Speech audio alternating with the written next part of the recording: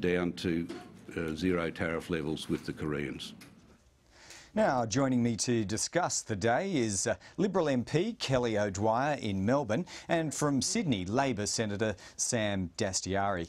Now, Kelly O'Dwyer, we do hear a lot about the benefits of these free trade agreements, and there are, of course, more in the pipeline being negotiated. What about the downsides? Do we not see some of the negatives of this when you look at the manufacturing industry and car making, for example? Well, I think let's focus on the impact it's going to have for the Australian economy. It's going to add more than $650 million annually to the Australian economy on the estimates that have been provided. We know it's going to open up, even to a greater extent, the agricultural market to our agricultural producers here in Australia, over in South Korea.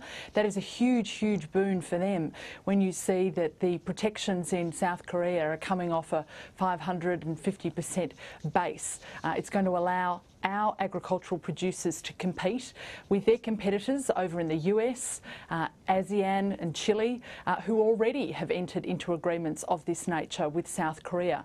So it's a huge boon for our economy, it's a huge boon for our producers, and there are great, great upsides. Sam Dastyari, any downsides that you see from not just the Korean trade deal, but others as they unfold in Australia? Look, I think the devil with all these things is obviously in the detail. The details being released today. You want to have a close look at some of these arrangements, especially when it comes to things like intellectual property. But look, I think it's important that there's been broadly bipartisan support for the principle of moving increasingly towards these kinds of free trade agreements. Look, I think it's a positive thing, but obviously it all comes down to what is and isn't in the detail, and I think that's where we have to be careful. Look, you have to be able to balance a move towards an increasing free market economy while making sure we're not throwing some manufacturing industries under the bus. And that's it's just that the Labor Party has that added complication, doesn't it, of the Manufacturing Workers Union often making soundings about fair trade, not free trade. Does that weigh on your party's mind more than perhaps it does in the coalition? Look, probably, and look, it's not a bad thing. I mean, there are people out there in the community. I've been very proud and very open about my free trade position for a long time. There are people out there in the community, and Kelly could probably attest to this as well, who have very legitimate concerns at different times about free trade and what the consequences and pains of that are going to be. I think it's healthy for us to have a debate about how we move towards this and try and protect manufacturing at the same time. But I mean, the success of this nation and the economic story of Australia for over 200 years has been our ability to open up, not our ability to resist trade. All right, Senator. Well, we heard Scott Morrison just before talking about the disturbance at the Manus Island Detention Centre. Now, the numbers are building there, and we have not yet seen anything flow from Kevin Rudd's original agreement about processing and resettling. Is this something for which the Labor Party takes responsibility? Look, it's something that concerns me a lot, and I don't know if you know my story, Greg, but I was born in a small town in northern Iran. I came to Australia during the Iran-Iraq War.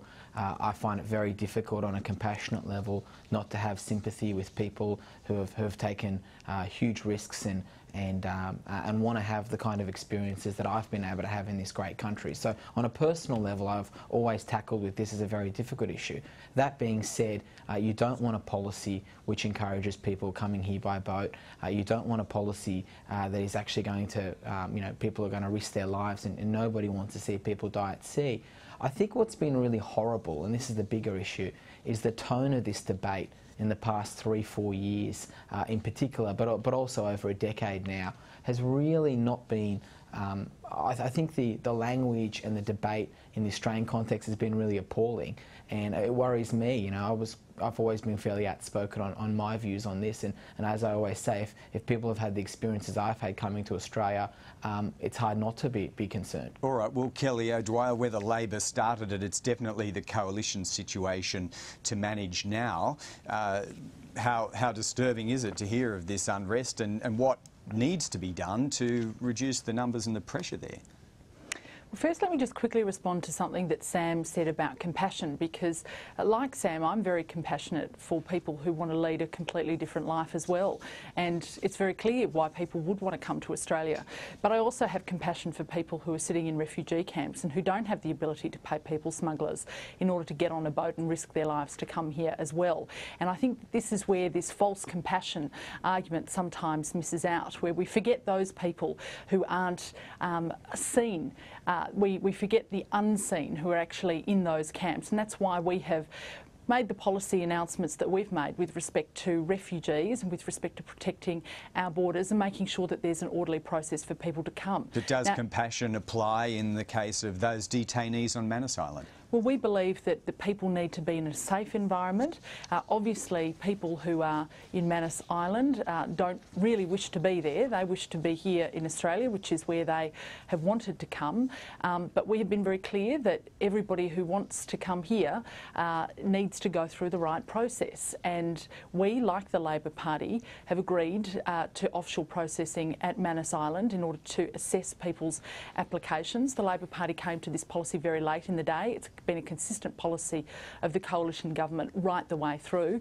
We didn't dismantle our very successful policies in 1998 as the Labor Party did on offshore processing, and we believe that those policies need to be properly gone through in the appropriate time frame. Now, in order to assess somebody's application, you need to go through their bona fides, and that's what's being done at the moment. Now, I know people want that to be done in as quickly and as an efficient way as possible, and I completely understand that, and that's what we are endeavouring to do. All right. Well, Kelly O'Dwyer, let's switch now to the drought.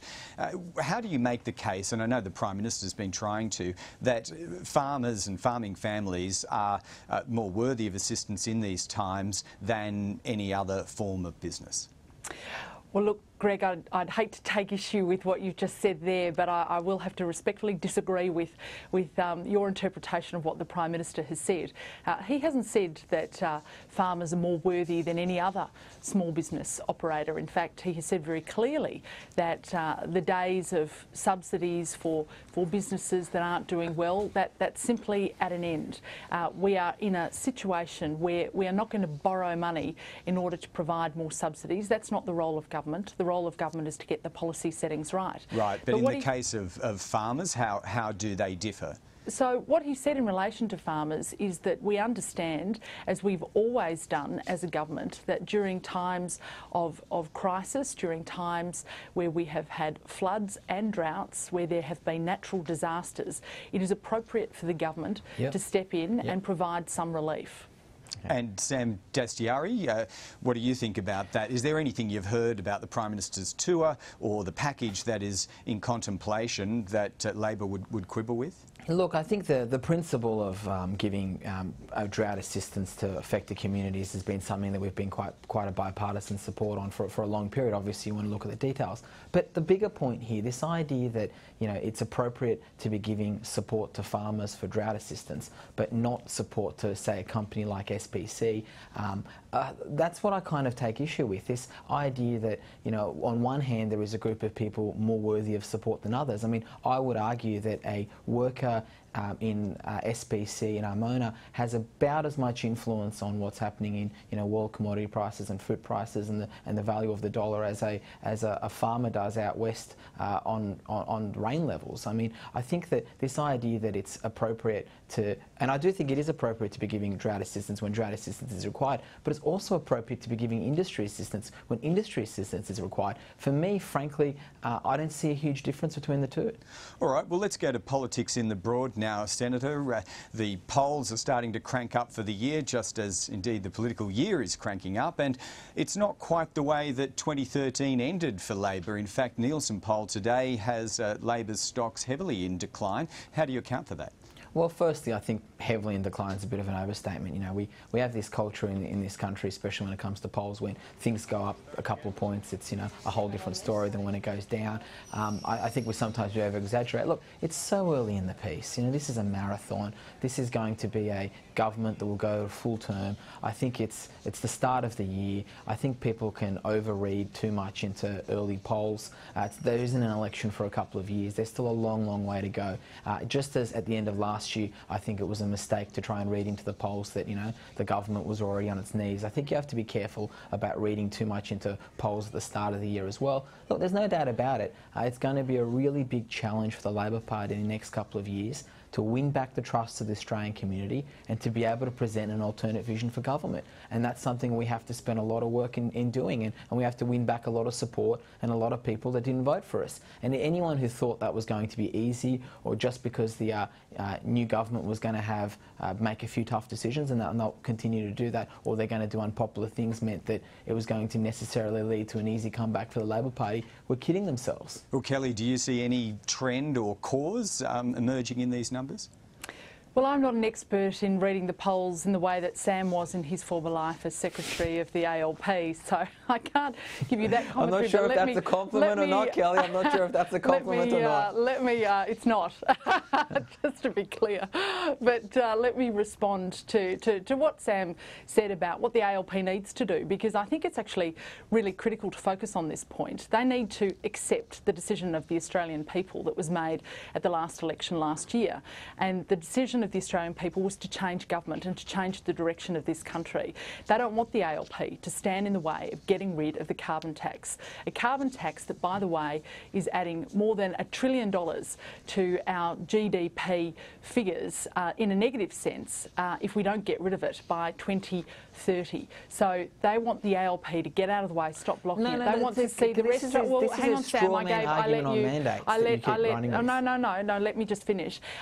They also want to see the ALP actually get a bit real with the union movement. I know that most of them have actually been endorsed by the union movement, former trade union officials, but we have seen so much corruption within the union movement and really very poor governance practices, abuse of members' money, that frankly they should be at the forefront of wanting to support a royal commission into these union governance arrangements, and instead, again, they're actually trying to block it. They've been arguing against it. We see again the ALP arguing against improving the industry and construction sector, trying to actually build the sort of infrastructure that we need for the next century, and that is because they don't want a tough cop on the beat. They won't restore the Australian Building and Construction Commission. Sam, it is true that a lot of those issues that Kelly mentions were running hot in the media at the time that that poll was in the field. Do you think any of it may have crossed over into the final result? Look, I mean, there's always a lot of noise in that when it comes to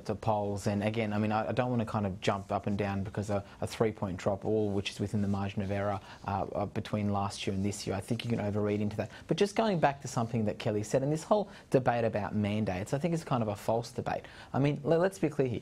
The Labor Party went to the last federal election saying that we wanted to move towards an ETS and emissions trading scheme, a position which, by the way, the coalition has held and not held at different points in time as well. And you lost the election. No, but the Labor members who were elected on that mandate.